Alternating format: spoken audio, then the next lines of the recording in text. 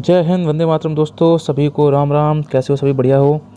तो आज हमारा 7 नंबर का मॉक टेस्ट जो मिशन कॉम्बैट चला रहे हैं, मिशन कॉम्बैट का 7 नंबर का मॉक टेस्ट है। एक से एक बेहतरीन लेवल के क्वेश्चन है इसमें, एंड 25 क्वेश्चन मैंने डाले हैं आज, और इसमें से आपको अपना स्कोर कमेंट में करना है।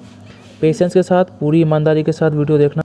मैं क्वेश्चन कराऊँ उससे पहले आपको वीडियो को पॉज करना है और ख़ुद से क्वेश्चंस बनाने हैं, एंड उसके बाद चेक करना है क्वेश्चन आपका कैसे सही हुआ है, गलत हुआ है, और फिर आपने क्या तरीका लगाया सॉल्व करने का और मैंने क्या तरीका लगाया सॉल्व करने का, ये भी नोटिस करना है आपको।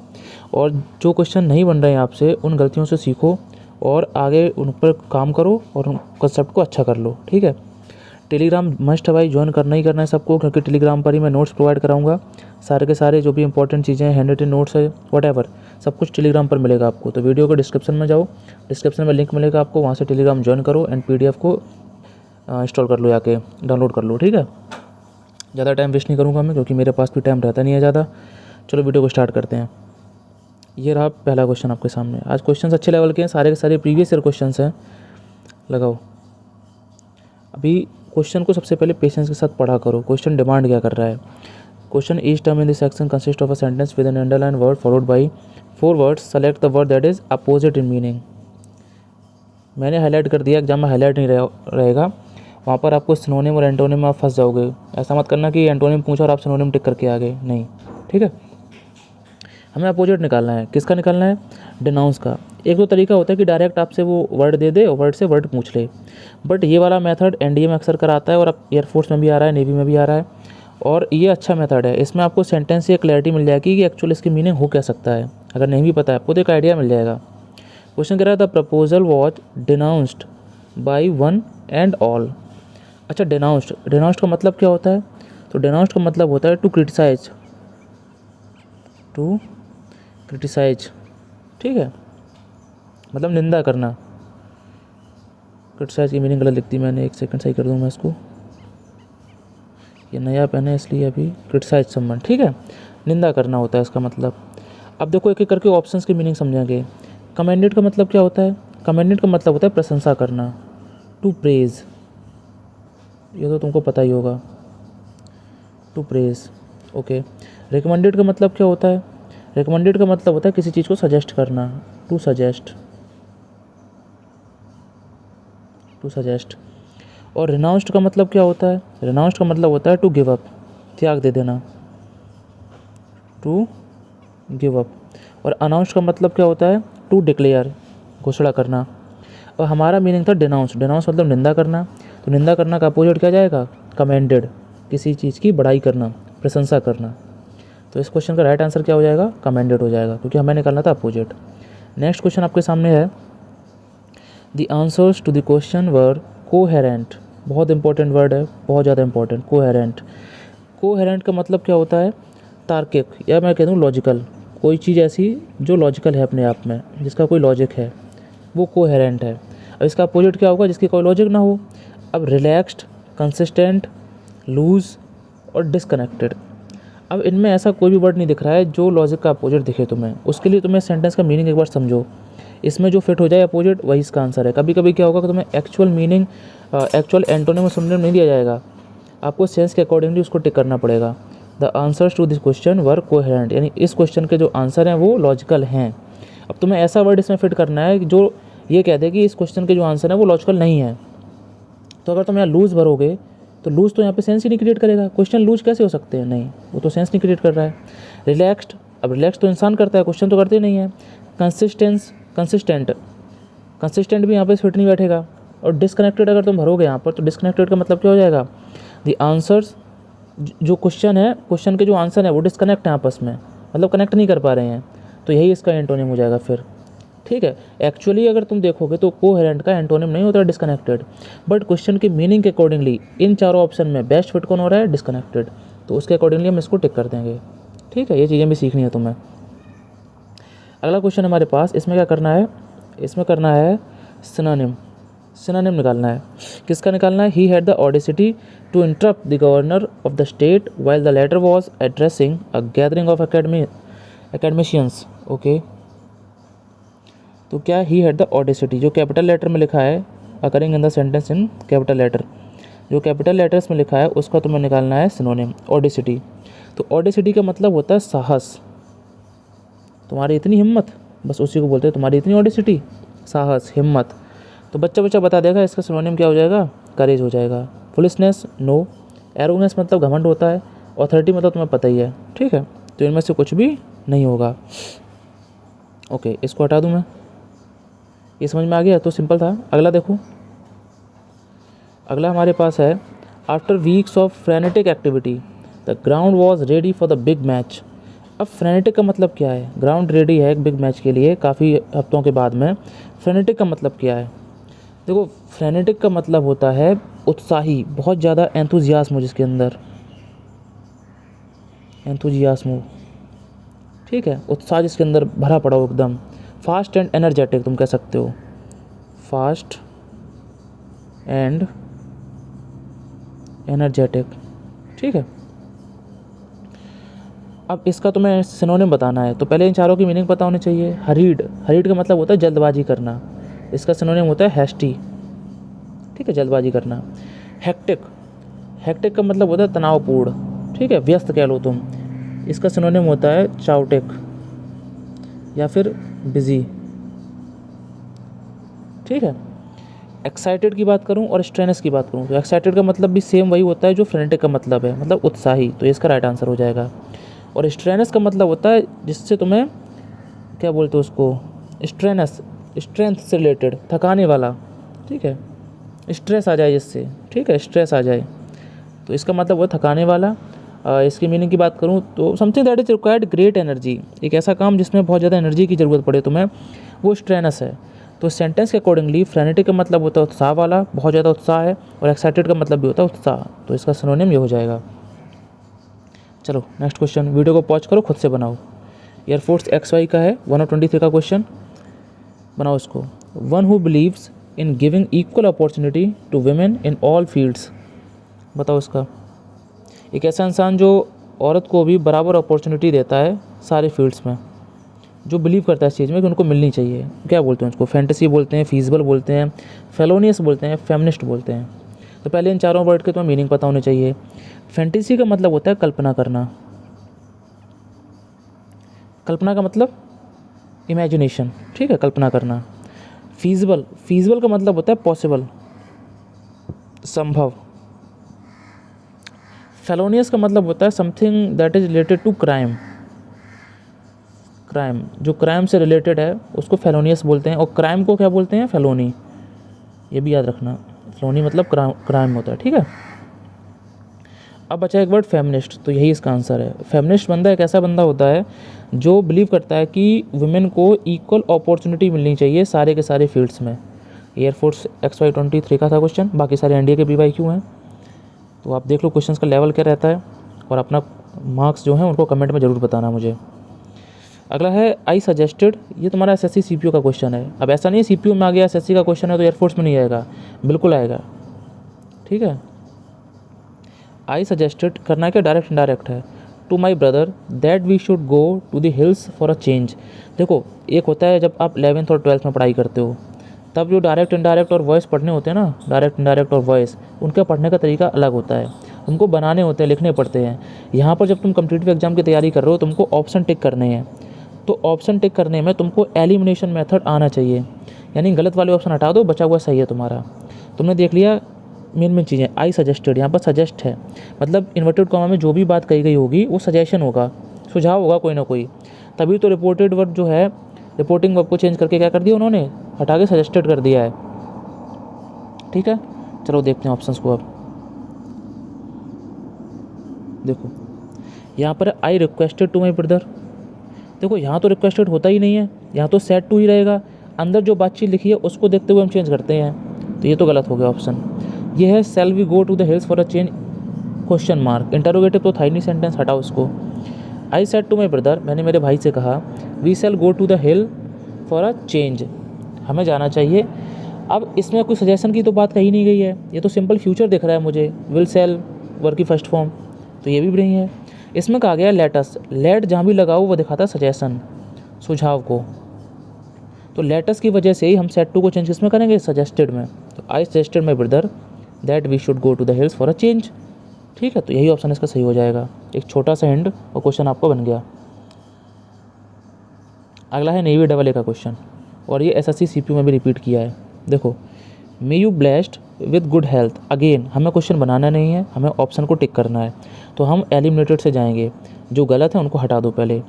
इसमें है पहला, ये तो देखो may you blessed with good health, कि तुम्हें भगवान जो है वो अच्छे सेहत से आशीर्वाद दें, ऐसा इसका सेंस है।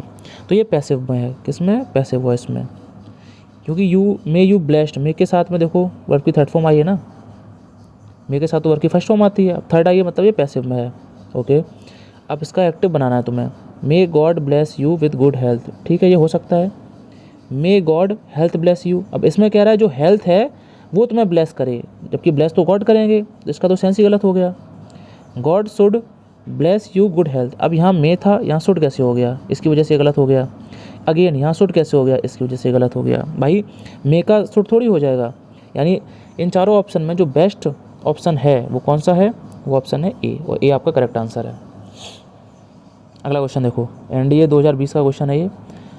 इसमें PQRS आपको अरेंज करना है, इसको इसी को पैराजम्बल बोलते हैं, ठीक है, इसी को ऑर्डरिंग ऑफ सेंटेंस भी बोलते हैं, इसी को PQRS भी बोलते हैं। NDA का क्वेश्चन, वीडियो पॉज करो, खुद से बनाओ। बना लिया? देखो, हमें सबसे पहले ऑप्शन देखना है कि ऑप्शन से ही कुछ ना कुछ ऑप्शन एलिमिनेट हो जाएंगे। P से स्टार्टिंग है, S से स्टार्टिंग है, P से स्टार्टिंग है, Q से स्टार्टिंग है, मतलब R का जिक्र नहीं है स्टार्टिंग में। सेवरल ईयर्स एगो, बचपन में कहानी पढ़ी थी, लॉन्ग टाइम एगो, बहुत समय पहले की बात है, बस वही चीज़ है ये, मतलब स्टार्टिंग किससे होगी? P से। सेवरल ईयर्स एगो, बहुत पहले की बात है। Course on climate change at Texas A&M university, professor Andrew Dessler created introductory for freshman and sophomores. अच्छा जी, अब तुम अगर ध्यान से देखोगे तो ये क्या है? एन लगा है, एन क्रिएट किया है, एक इंट्रोडक्टरी, ये एडजेक्टिव है, इसके बाद नाउन आना चाहिए भाई, तभी तो नाउन के लिए आर्टिकल आया होगा। नाउन कहाँ दिख रहा है तुम्हें? ये तो हम स्टार्टिंग में फिक्स कर दिया हमने, इसका काम खत्म। अब यहाँ फॉर प्रेपोजिशन है, यानी इंट्रोडक्टरी के बाद फॉर तो आएगा नहीं, क्योंकि हमें चाहिए नाउन। तो नाउन क्या है? कोर्स, यानी कि इंट्रोडक्टरी वाले सेंटेंस के बाद हमें क्यू चाहिए, और इंट्रोडक्टरी क्या है? आर, तो मतलब आर के बाद क्या आएगा? क्यू। इतना फिक्स हो गया। आर के बाद क्या आएगा? क्यू आएगा। देखो अब तुम, इसमें आर के बाद क्यू है? नहीं है। इसमें आर के बाद क्यू है? नहीं है।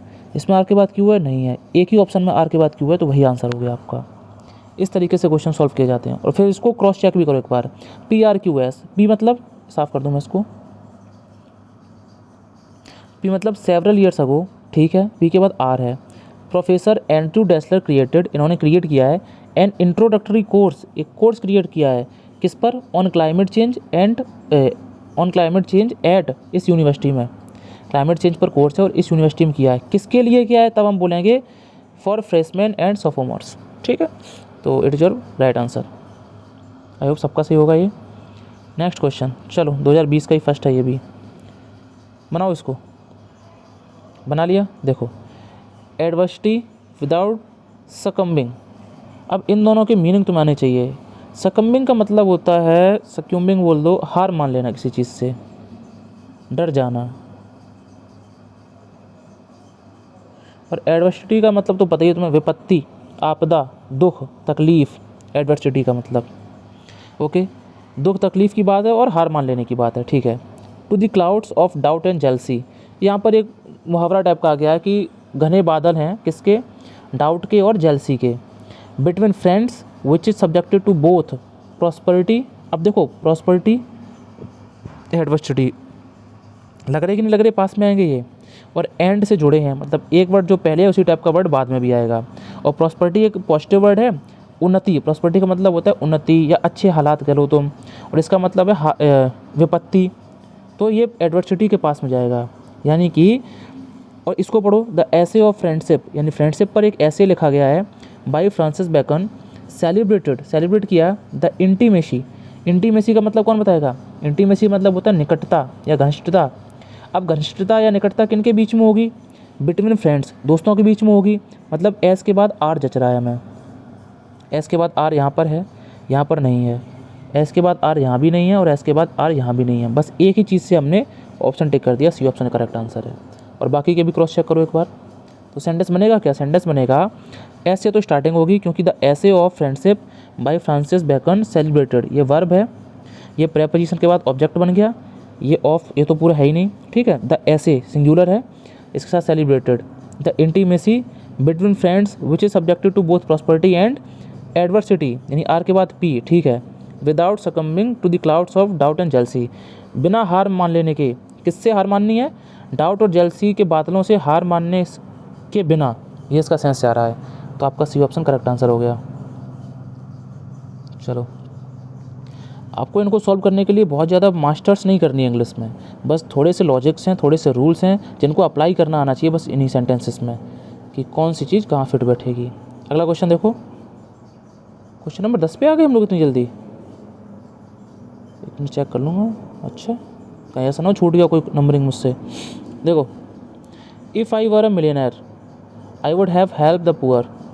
अब ये है कंडीशनल सेंटेंस तुम्हारा, इसका कुछ रूल्स होते हैं। रूल्स क्या है, इफ़ आई वर, आई के साथ वैसे वर लगाए, कभी अगर ही होगा ही के साथ ही वर लगेगा, सी होगा सी के साथ भी वर लगेगा, उसको बोलते हैं इमेजिनेशन, इमेजिनरी सेंटेंस, जो संभव नहीं है। तो उस केस में क्या होता है, कभी कभी वर्ब भी होता है, कभी कभी वर्ब की सेकंड फॉर्म भी आती है यहाँ पर, तो घबराना नहीं है। और इमेजिनेशन वाले सेंटेंस में यहाँ पर हमेशा वुड प्लस वर्ब की फर्स्ट फॉर्म जाएगी।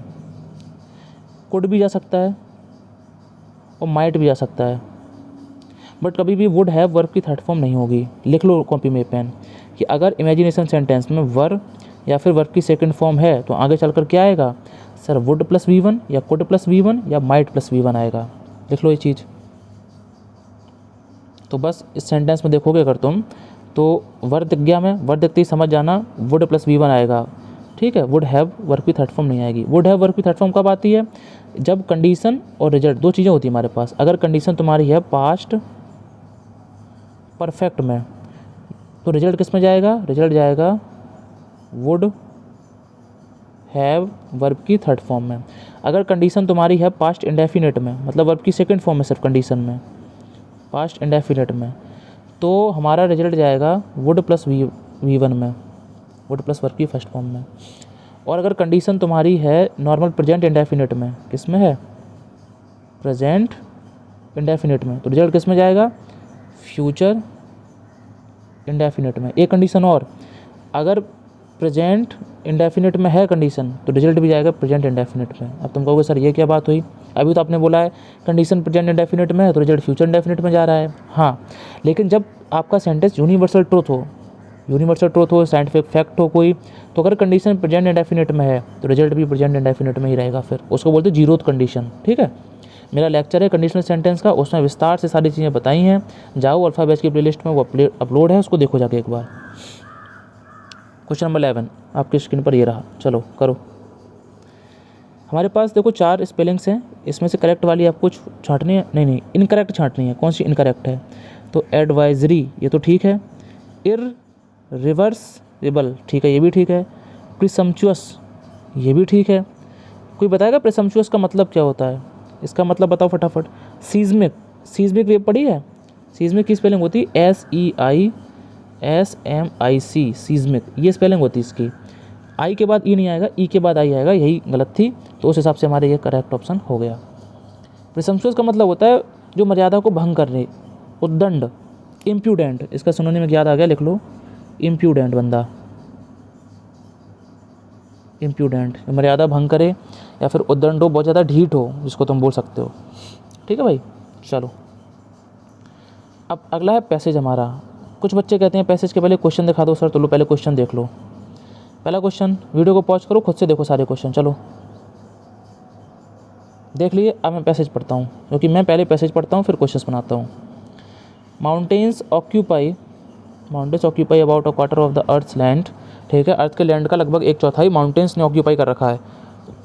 However our most of its biodiversity hot spots and supply fresh water to an estimated half of humanity, ठीक है। Present on every continent mountains include a multitude of ecosystems holding many unique species such as snow leopards and mountain gorillas. They are also home to great cultural diversity among people adapted to the challenges of mountain life. Their special traditions and breathtaking scenery attract over growing numbers of tourists. Okay, mountain regions are particularly sensitive to degradation from both human pressures and climate change. Steep slopes mean the clearing of forest for farming, settlements, or infrastructure can cause serious soil erosion as well as the loss of habitat. Erosion and pollution harm the quality of water flowing downstream. Climate change threatens the quantity and timing of water supplies to farms, cities, industry, and power stations. Fast rising temperatures are forcing mountain species, ecosystem, and the people that depend on them to adapt or migrate. Okay. अगर तुम मोटा मोटा idea लगाओ तो sentence में mountains की बात की गई है, थोड़ा सा माउंटेन कैसे चेंज हो रहे हैं, क्या क्या मिल रहा है, उनसे डाइवर्सिटी क्या है, क्या क्या पाया जाता है वहाँ पर, एक नेचुरल चीज़ों की बात की जा रही है इसमें। ठीक है, अब क्वेश्चन देखते हैं हम लोग। देखो, which is the best description of the tone of the passage. देखो टोन क्या है पैसेज की, ह्यूमनिस्टिक मतलब मानवता वाली है, ठीक है, ह्यूमन से रिलेटेड है। ओके, एक सेकेंड, अगला ऑप्शन क्या कह रहा है, अगला ऑप्शन कह रहा है इमोशनल। देखो इमोशनल तो टोन मुझे दिखी नहीं कहीं पर, कहीं पर क्या रोना आया तुम्हें, नहीं। लॉडेटरी, लॉडेटरी का मतलब कोई बताएगा मुझे, बताओ भाई। लॉडेटरी का मतलब होता है प्रशंसा वाली बात, कोई इसमें प्रशंसा की गई है, वो भी नहीं की गई है। बाइस्ट का मतलब होता है भेदभाव करना, तो भेदभाव भी नहीं किया गया है। तो बेसिकली इसका आंसर यही है, ह्यूमनिस्टिक। ह्यूमनिस्टिक इसलिए है क्योंकि इसमें ह्यूमंस की भी बात की गई है, क्योंकि यहाँ बोला है ना फार्मिंग वगैरह, सिटीज़, इंडस्ट्री, पावर स्टेशंस और पेड़ कट रहे हैं, ये सब कौन कर रहा है, ह्यूमन कर रहे हैं, तो इसकी ह्यूमनिस्टिक थीम है। ठीक है, वैसे भी एलिमिनेशन से हो जाएगा, ये दो तो है ही नहीं, भेदभाव भी नहीं है, तो फिर यही बच्चा यही होगा। अगला है which of the following most accurately states the central idea of the passage. Central idea क्या है, बायोडिग्रेडेशन है, पॉल्यूशन है, क्लाइमेट चेंज है, माउंटेन इकोसिस्टम है। इस पूरे सिस्टम में, इस पूरे पैसेज में देखोगे तो माउंटेन्स की ही बात की गई है, माउंटेन्स के इकोसिस्टम की, कौन कौन से ग्लेशियर हैं, कैसे वहाँ पर जानवर पाए जा रहे हैं, सब कुछ। क्लाइमेट चेंज की बात नहीं है, पोल्यूशन की बात नहीं है, तो आंसर हमारा सी रहेगा। चलो अगला देखो, which of the following represents the structure of the passage.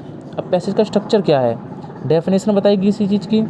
Chronological, Chrono मतलब टाइम, टाइम से रिलेटेड कोई बात है, कंपेयर किया गया किसी चीज़ को, या कॉज और इफेक्ट बताएं, कारण और परिणाम बताए हैं। तो अगर आप पैसेज को ध्यान से पढ़ोगे तो बताया गया है, देखो देखो, clearing of forest for farming settlements और infrastructure can cause serious soil erosion as well as the loss of habitat. देखो कॉज बताया है, मतलब कारण और परिणाम बताए गए हैं कि अगर तुम फॉरेस्ट वगैरह हटा दोगे तो ये तुम्हें चीज़ें झेलने को मिलेंगी। तो पैसेज में इसका आंसर क्या हो जाएगा, स्ट्रक्चर क्या हो जाएगा, कॉज और इफेक्ट का, हमें कारण और परिणाम बताए गए हैं। अगला antonym of the migrate. Migrate का मतलब होता है प्रवास करना, माइग्रेशन, ठीक है, माइग्रेट मतलब प्रवासी, जो एक स्थान से दूसरे स्थान पर जाता है घर की तलाश में। इसका एंटोनिम क्या हो जाएगा, स्टे, एक जगह पर रुकना। अगला एंटोनिम पूछा डाइवर्सिटी का, डाइवर्सिटी मतलब होता है भिन्नता, जिसका हो जाएगा यूनिफॉर्मिटी, एकता, मतलब एक जैसी चीज़ें। ठीक है, तो ये बहुत सिंपल क्वेश्चन थे। अगला है एनडीए का, ये 2019 का क्वेश्चन 2 of 29 का, इसमें तुम्हें एरर बताना है। एक सेकेंड, देखो क्वेश्चन कह रहा है हमारे पास, make haste lest you should not miss the train. बहुत इंपॉर्टेंट रूल है, लिख लो। पहली चीज़ तो लीस्ट, लीस्ट का मतलब होता है कहीं ऐसा ना हो, कहीं ऐसा ना हो, इसके साथ में हमेशा सुड आता है, रट्टा मार लो, हमेशा क्या आता है, सुड आता है। यहाँ पर वुड, कुड, मे, माइट होता, काट देते तुरंत हम। दूसरी चीज़, इसका मीनिंग क्या है, कहीं ऐसा ना हो, तो इसमें ना छुपा है तो इसके साथ नॉट फिर कभी नहीं आएगा, क्योंकि इसमें पहले से नॉट है, नॉट कभी नहीं आएगा। ये रूल लिख लो अपनी कॉपी में। तो लीस्ट के साथ शुड तो ठीक है, बट लीस्ट के साथ नॉट नहीं आता है तो इसको हटाना पड़ेगा। तो least you should miss the train. ठीक है, क्लियर हो गया। अगला क्वेश्चन देखो, अगला क्वेश्चन है, she said that she will help me whenever I was in difficulty. Error, no error है इसमें। देखो वॉज, यहाँ पर पास्ट की बात की गई है। सैड, दैट एक कंजंक्शन है ना, दैट जोड़ रहा है, इसके पहले अगर पास्ट है तो इसके बाद भी पास्ट ही रहेगा, ऐसा तो नहीं जुड़ के फ्यूचर बन गया, बोलो है ना। रिपोर्टिंग अगर पास्ट में है तो रिपोर्टेड स्पीच की जो वर्ब है वो भी पास्ट में रहेगी, तो विल नहीं आएगा, फिर यहाँ पे क्या आएगा, वुड आएगा, वुड हेल्प मी। क्लियर है, चलो अगला क्वेश्चन बनाओ चलो। She hates everybody and everything, okay, who reminds her of her mistakes. यहाँ पर हु एक रिलेटिव प्रोनाउन है। हु किसके अकॉर्डिंगली आता है? पर्सन के लिए आता है। अगर वहीं में लिख देता विच, ये पढ़ाया है मैंने अल्फ़ाबेट्स की प्रोनाउन की क्लास देखना, उसमें सब में विस्तार से पढ़ाया है। विच आता है थिंग के लिए, जब बातचीत वस्तुओं की जाती है। और दैट कब आता है? दैट भी थिंग के लिए भी आता है, और जब पर्सन प्लस थिंग दोनों की बात की जाए तब भी दैट आता है। तो इसमें अगर तुम देखोगे तो रिलेट किसको कर रहा है? ये एवरीथिंग को भी रिलेट कर रहा है और एवरीबडी को भी रिलेट कर रहा है। तो एवरीबडी तो पर्सन के लिए और एवरीथिंग वस्तुओं के लिए है। तो हम हु लगाएं या विच लगाएं? तो हम किसी को नहीं लगाएंगे, हम फिर लगाएंगे दैट को। दैट दोनों के लिए आता है, ठीक है। तो दैट रिलेट करेगा, ना कि हु। अगर यहाँ पर एवरीथिंग ना होता, सिर्फ एवरीबडी होता, तो एवरीबडी को रिलेट कर देता हु, क्योंकि हु आता ही है पर्सन के लिए, ठीक है। बडी मतलब पर्सन। अगला क्वेश्चन है नॉट ओनली। देखो बहुत इंपॉर्टेंट क्वेश्चन है, ये पोस्ट कार्ड का है बट बहुत इंपॉर्टेंट है। नॉट ओनली का पेयर किससे बनता है? पहली चीज़ सर बट ऑल्सो से बनता है। दूसरी चीज़ ये है कि नॉट ओनली के बाद जैसा स्ट्रक्चर है बट ऑल्सो के बाद भी वैसा ही स्ट्रक्चर देखने को मिलेगा तुम्हें। तो नॉट ओनली के बाद वी लिखा है, फिर वर्ब लिखी है, तो यहाँ पर भी बट ऑल्सो के बाद ही वी आएगा। बट ऑल्सो के बाद वी आएगा, फिर वर्ब लॉस्ट आएगी, ठीक है। तो ये वी इसके बाद जाएगा, ये गलती थी इस सेंटेंस में, ये इंपॉर्टेंट है, इसको अच्छे से समझ लेना। अगला है देखो NDA 224 का क्वेश्चन है। India is formally moving ahead, धीरे धीरे बढ़ रहा है इंडिया आगे की ओर, to 21 MiG-29 and 12 Sukhoi 30 MKI fighters from Russia along with upgrades of their existing fleet. Fleet को एग्जिस्टिंग जो फ्लीट है उसको अपग्रेड करने के लिए ओवरहॉलिंग होती है जहाज़ों की, तो उसके लिए रशिया का जहाज़ है सुखोई, तो रशिया जाएगा, ठीक है। तो क्या करना है इंडिया को? एडवांस करना है, अचीव करना है, अकम्प्लिश करना है, प्रोक्योर करना है। वैसे तो इनकी मीनिंग सेम ही है बट थोड़ा थोड़ा अंतर है मीनिंग्स में, उसके अकॉर्डिंगली तुम्हें फिल करना है। तुम अगर मीनिंग देखोगे तो अचीव का मतलब प्राप्त करना, अकम्प्लिश का मतलब भी प्राप्त करना, प्रोक्योर मतलब भी प्राप्त करना, और एडवांस मतलब आगे बढ़ना। तो एडवांस तो है नहीं इसका, आगे बढ़ने की तो बात है नहीं। इंडिया अहीड कर रहा है प्राप्त करने के लिए, ऐसा सेंस जा रहा है ना। प्राप्त करने के लिए इनमें से कौन सी स्पेलिंग लगाओगे? तो देखो अकम्प्लिश का मतलब होता है कोई उपलब्धि हासिल करना, तो इंडिया यहाँ पर कोई उपलब्धि हासिल तो करने जा नहीं रहा है, तो इसको काट दो। अचीव का मतलब होता है कोई आपने एक गोल सेट कर रखा है और उसको अचीव कर लिया आपने, तो अचीव का भी सेंस नहीं है। प्रोक्योर का मतलब ये होता है किसी चीज़ को आधिकारिक रूप से प्राप्त करना, एकदम कागज डॉक्यूमेंटेशन के साथ में प्राप्त करना, गवर्नमेंटल इशू ना हो कोई, ठीक है। तो इसमें प्रोक्योर या आपका सही आंसर जाएगा, प्रोक्योर। अब अगले की बात करूँ तो यहाँ लिखा है elephant dash when they perceive danger. जब डेंजर में होते हैं एलिफेंट तो वो आवाज़ें निकालते हैं, तो उनकी आवाज़ को क्या बोलते हैं? उसकी आवाज़ को बोलते हैं ट्रम्पेट। एलिफेंट के साउंड को क्या बोलते हैं? ट्रम्पेट बोलते हैं। क्लियर है? अगला क्वेश्चन देखो, अगला क्वेश्चन देखो, क्वेश्चन नंबर 23। आई विश, आई, अब सुनो, जब भी इमेजिनेशन की बात होगी तो विश आएगा। आई विश, या कभी कभी सेंटेंस के स्टार्टिंग में वुड दैट भी लिखा रहता है, वुड दैट। अब इनके क्या रूल हैं वो भी समझो तुम, एक सेकंड रुकना। आई विश के साथ में या फिर वुड दैट के साथ में, दोनों के साथ में या तो वर देखने को मिलेगा तुम्हें, वर नहीं तो वर्ब की सेकंड फॉर्म देखने को मिलेगी एकदम। इसकी हिंदी क्या निकलती है? काश। सेंटेंस का सेंस निकलेगा काश, ठीक है। तो इस सेंटेंस में देखोगे तो आई विश देखा मिल गया तुम्हें। आई विश को देखते ही समझ गए इसमें या तो वर आएगा या वर्ब की सेकंड फॉर्म आएगी। वर कहीं दिखा नहीं हमें, ये सेकंड फॉर्म नहीं है। नो, न्यू, नॉन, तो न्यू आएगा इसमें, आई न्यू, वर्ब की सेकंड फॉर्म आएगी। बाकी कंडीशनल सेंटेंस का जो लेक्चर है अल्फ़ाबेट्स की प्लेलिस्ट में जाओ मेरे चैनल पर, सारे लेक्चर्स पढ़े हैं, अच्छे से कंसेप्ट क्लियर करो, फिर ये क्वेश्चन चुटकी में बनेंगे तुमसे। अगला है the theory of relativity is so complicated as we can not describe it in a few sentences.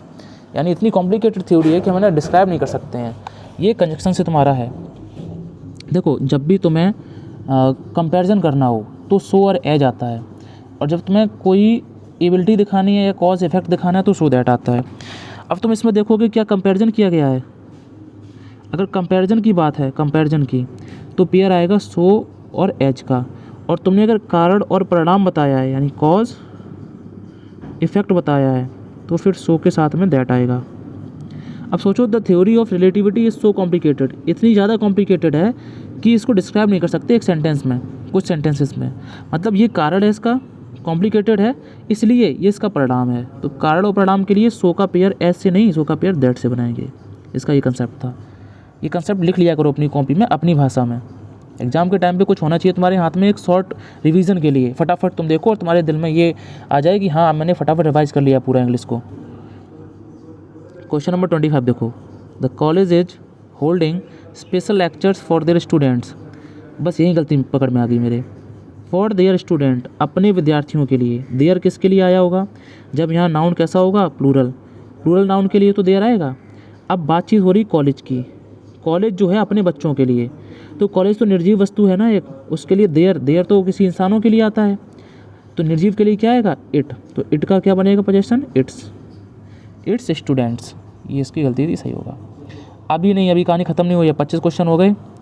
अब आपको कमेंट में, अभी क्लास बची है, रुक जाओ, भागो मत। पहली बात तो 25 क्वेश्चन में से कितना स्कोर हुआ कि भैया 16, 20 या 22 ऑफ 25 बताना है मुझे कितना स्कोर हुआ है। दूसरा, कमेंट में अपने प्यारे प्यारे कमेंट करना, दिल फेंक के मारना, वो तो देख के मुझे खुशी मिलती है। बाकी कोई भी अगर डाउट रहा हो क्लास के दौरान वो बताना, और स्पेशली मॉक कैसा लगा, मॉक का लेवल कैसा लगा, क्वेश्चंस कैसे लगे, वो ज़रूर बताना मुझे, ठीक है। बाकी आप टेलीग्राम ज़रूर ज्वाइन कर लेना मेरा, और इसका PDF भी टेलीग्राम पर मिल जाएगा, वहाँ से इसको मॉक को लगाते रहना। आंसर की मैं जानबूझ के नहीं दे रहा हूँ ताकि आप खुद से कुछ लिखो कॉपी पर, इसलिए। अब देखो, पंचामृत मिलता है क्लास के लास्ट में, पंचामृत, हाँ प्रसाद है ना ये। आज है हमारे पास important fixed preposition, asked in PYQ, इनको तुम्हें लर्न करना है।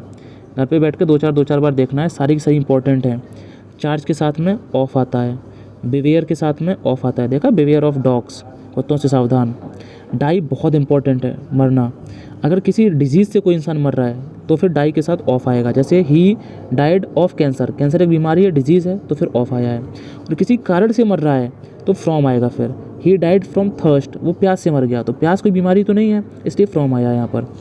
जो डिस्पाइट होता है वो इंस्पाइट ऑफ के इक्विवेलेंट होता है, चाहे तो इंस्पाइट ऑफ बोल दो चाहे डिस्पाइट बोल दो, but do not use of with despite.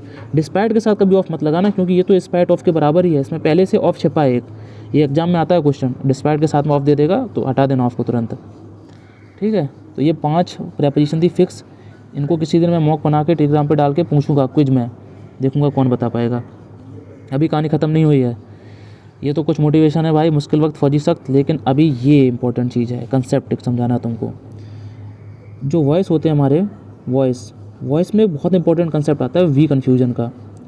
We का कन्फ्यूजन लिखा भी है मैंने। कभी कभी तो तुम देखोगे एक्टिव वॉइस में पैसिव वॉइस बनाते हुए वी का वी ही रहता है, वी का वी ही रहता है, कभी कभी वी का दे हो जाता है, ठीक है। ऐसा क्यों? जब स्पीकर बोलने वाला, लिसनर सुनने वाला, लिसनर कौन होगा हमेशा? या तो मी होगा या फिर अस होगा, ठीक है। इनका आपस में कॉम्बिनेशन है, दोनों के दोनों साथ में काम कर रहे हैं, तब तो वी का वी रहता है। जब स्पीकर का लिसनर से कोई लेना देना नहीं रहता है तब वी का दे हो जाता है। जैसे, और समझो गहराई में इस बात को, देखो, my friend said to me, अब मेरे दोस्त ने मुझसे कहा है, we have to save money for Christmas, हमें क्रिसमस के लिए धन बचाना चाहिए। अच्छा, तो इसमें दोस्त भी पैसे बचाएगा और मैं भी पैसे बचाऊंगा किस क्रिसमस के लिए, तभी तो कुछ पार्टी वार्टी हो पाएगी। एक सेंस देखो, लॉजिक देखो, माई फ्रेंड और मी, इन दोनों का इसमें योगदान है। तो माई फ्रेंड सेड टू का हो गया टोल्ड। अच्छा, मैं वॉइस बोल गया था क्या अभी? एक्टिव वॉइस पैसिव वॉइस बोल गया था? नहीं, डायरेक्ट इनडायरेक्ट की बात है, ठीक है। My friend told me that, we जो है, वी का फिर वी ही रहेगा, वी, और हैचएफ देखते ही हेड कर दो, तो हैव टू का हो गया had to, save save, some money same रहेगा। क्या सीखा हमने कि जब स्पीकर और लिसनर दोनों साथ में मिलकर कोई काम कर रहे हैं, दोनों का योगदान है, दोनों की भागीदारी है, तो फिर वी का वी रहता है। बट अगर इस क्वेश्चन में देखोगे, my friend said to me we have bought a new house, मेरे दोस्त ने मुझसे कहा है कि हमने नया घर खरीद लिया है, तो इसमें फ्रेंड ने तो नहीं खरीदा ना। My friend said to me, क्या इनका आपस में लेना देना है? नहीं, घर तो इसी ने खरीदा है, इसने तो सिर्फ सुनी है बात को, तो इसका लेना देना नहीं था, इसीलिए वी का क्या कर दिया हमने? दे कर दिया है। और थोड़ा समझो इस चीज़ को अभी, अब थोड़ा दिमाग खोलना, ठीक है, मैं जो बोल रहा हूँ उसको समझना। My friend said to me, ये खड़ा है फ्रेंड, ठीक है, ये फ्रेंड है, ये मी हूँ। मेरे दोस्त ने मुझसे कहा कि हमें धन बचाना चाहिए, हमें धन बचाना चाहिए। किसके लिए? क्रिसमस के लिए। अब इनके बीच में कुछ बातचीत हुई, ये डायरेक्ट है। अब इसको कभी कहीं और जा कर के या तो ये या फिर ये बोलेगा इस बात को कि मेरे दोस्त ने मुझसे कहा कि हमें धन बचाना चाहिए, तो हमें की स्पेलिंग क्या बनेगी? वी बनेगी। वी मतलब हम में कौन? ये और ये दोनों भाई साहब, ये दोनों वी हैं। चाहे ये बोलेगा कहीं और बात, चाहे ये कहीं और जाके बोलेगा, उसको वी ही बोलेगा, हम मतलब हम दोनों। ओके, बट अगर इस सेंटेंस में देखोगे, इस सेंटेंस में तो एक माई फ्रेंड है और ये मी है। इसने बोला कि हमने घर ख़रीदा है, इसने सिर्फ सुना है। इसने क्या किया? सिर्फ सुना है। इसने बोला हमने घर ख़रीदा है, तो इसके साथ में इसकी बीवी भी होगी, बच्चे भी होंगे, या कोई दोस्त भी होगा, माँ बाप भी होंगे। तो ये जो बंदा है वो इन सब की बात कर रहा है कि हमने, इनके लिए जो हमने हो गया वो ये सब हो गए, ये इंक्लूड नहीं है इसमें। हमने घर ख़रीदा है, इसने सिर्फ सुना है। अब जब ये बंदा इनडायरेक्ट बनाएगा, कहीं और जाके ये बात बोलेगा इनडायरेक्ट स्पीच में, तो क्या बोलेगा? दे। भाई इनके लिए ये क्या यूज करेगा? दे, उन्होंने घर ख़रीदा है। तो जब इसका और इसका योगदान नहीं था, पेन चेंज कर लूँ, कोई योगदान नहीं था, तो फिर क्या बना दिया हमने? दे, क्योंकि अब इसके लिए ये सारे लोग दे बन गए। जबकि जब ये भी इंक्लूड था तो हम बन रहे थे, वी बन रहा था। ये छोटा सा एक लॉजिक था जो मैंने कोशिश की क्लियर करने की। अगर मज़ा आया हो क्लास में तो लाइक कर देना क्लास को, और कमेंट जरूर करना कैसा लगा आज का मॉक, कैसे लगे कंसेप्ट, ठीक है। और स्कोर बताना। तब तक के लिए चलता हूँ, अगला मॉक जल्दी आएगा। जय हिंद, जय भारत।